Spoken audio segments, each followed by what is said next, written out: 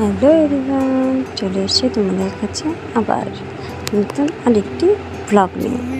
তো আজকে দেখো আমার দিদি, জিজ, ফুচকা সবাই মিলিয়ে আমরা যাচ্ছি ঘুরতে। পুরো ভিডিওটা দেখো, তাহলেই বুঝতে পারবে। ওয়েলকাম টু মাই চ্যানেল বন্ধুরা। যারা যারা এখনও আমার চ্যানেলটি সাবস্ক্রাইব করোনি তারা প্লিজ সাবস্ক্রাইব করো আর নতুন নতুন ব্লগগুলো দেখো, মজা করো। আজকে যাচ্ছি আমরা জয়ন্তী, একটা ভিউ পয়েন্টে। তো ওখানে গিয়ে জানতে পারি যে বক্সা আজকে বন্ধ থাকবে, তাই ভাবলাম জয়ন্তীতেই ঘুরে আসি।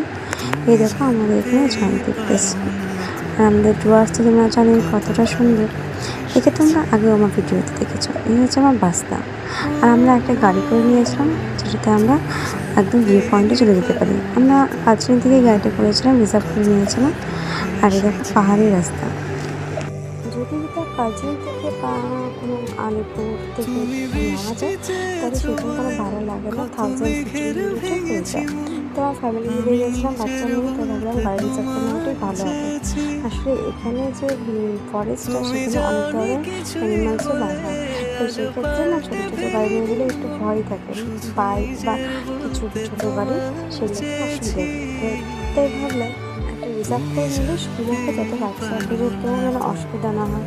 এতটা জার্নি তো এখানে আমরা সকাল সকালে বেরিয়ে গেছিলাম, প্রায় 9টার মধ্যেই বেরিয়ে গেছিলাম। তো ওখানে পৌঁছে যাওয়ার পর আমরা ওখানে জয়ন্তীতে ঢোকার আগে ওখানে ব্রেকফাস্টটা করিনি, সকালে সেখানে খাওয়া আমরা খেয়ে আসিনি। তো দিদি যখনই টাইম পায় চলে আসে, যখন এখানে জিজও চলে আসছে, তো যখনই আমার সময় পেয়ে সময় মতন ঘুরতে বেরিয়ে যাই। তো ভাবলাম চল এবার জয়ন্তীতে ঘুরে আসা যাক। আমার জিজ মানে আমাদের দিদির হাজব্যান্ড, সে এখানে থাকে না, উনি থাকে দার্জিলিংয়ে।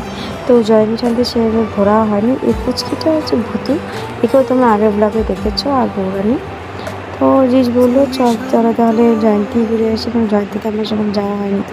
তো জিজের কপালটা সেরকম ভালো ছিল না, কারণ জয়ন্তী সে বক্সা সেদিনকে বন্ধ ছিল, তাই আমরা ঢুকতে পারিনি। এ হচ্ছে সেখানে ওঠার রাস্তা, উঁচু একটা হিল।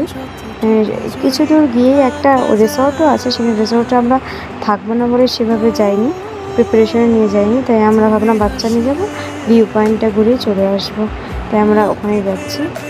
একটা কথা তো বলাই হয়নি তোমাদেরকে, বলো তো আমাকে কেমন লাগছে, এটা তো তোমরা কমেন্ট বক্সে জানাতেই পারো।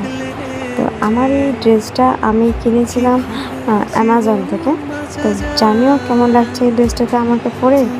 এই দেখো এটার ভিউ কি দারুণ, তাই না বলো?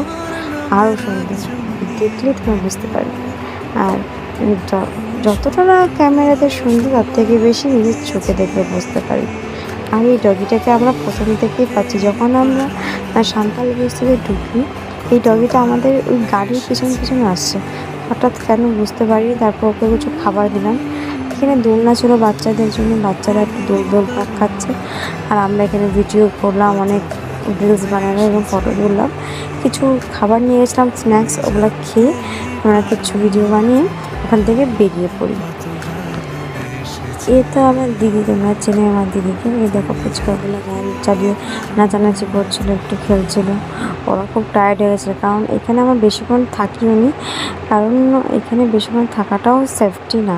মানে বুঝতে পারছো, ফরেস্টের জায়গাতে কিছুক্ষণই আমরা ভীষণ আনন্দ করলাম, তারপরে গাড়িতে আমরা আবার রিটার্ন করলাম। বাচ্চাগুলো তো খুবই টায়ার্ড, ওরা পর রেস্ট নিচ্ছে, আর আমরা দুপুরবেলার লাঞ্চটা এখানে এসে দিলাম। এই রেস্টুরেন্টটা রাজাবাদ খাওয়াতে, এখানে যে রাজাবাদ খাওয়ার মিউজিয়ামটা আছে সেটা আর পরেই এই ধাবাটা পড়ে থাকে, আর এখানে আমরা লাঞ্চটা করি।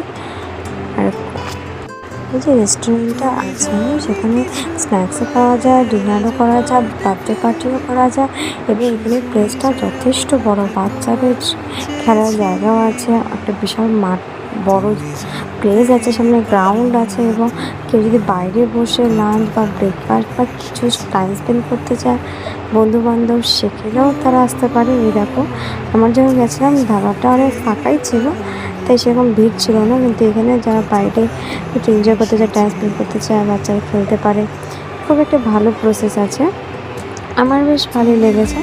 তো আমাদের লাঞ্চে ছিল ফ্রাইড রাইস আর চিলি চিকেন, আর বাচ্চারা একটু মোমো নিয়েছিলো, ফ্রাই মোমো, তো ওরা ওটাই খেলো। আর আমরা খাবার শুরু করলাম, কারণ ভীষণ খেতে পেয়েছিলো। সকাল সেই হালকা একটা খাবার করেছিলাম, তাই আমরা খাবার স্টার্ট করি। তোমরা দেখো, আসো না, এইভাবেই নতুন নতুন তোমাদের সাথে ভিডিওগুলো শেয়ার করব, তোমরা দেখতে থাকো। আর হ্যাঁ, সাবস্ক্রাইব করতে ভুলো না কিন্তু। আমাদের আবার দেখা হবে নতুন কোনো ব্লগে, ততদিন ভালো থেকো। আর হ্যাঁ, বাই বাই।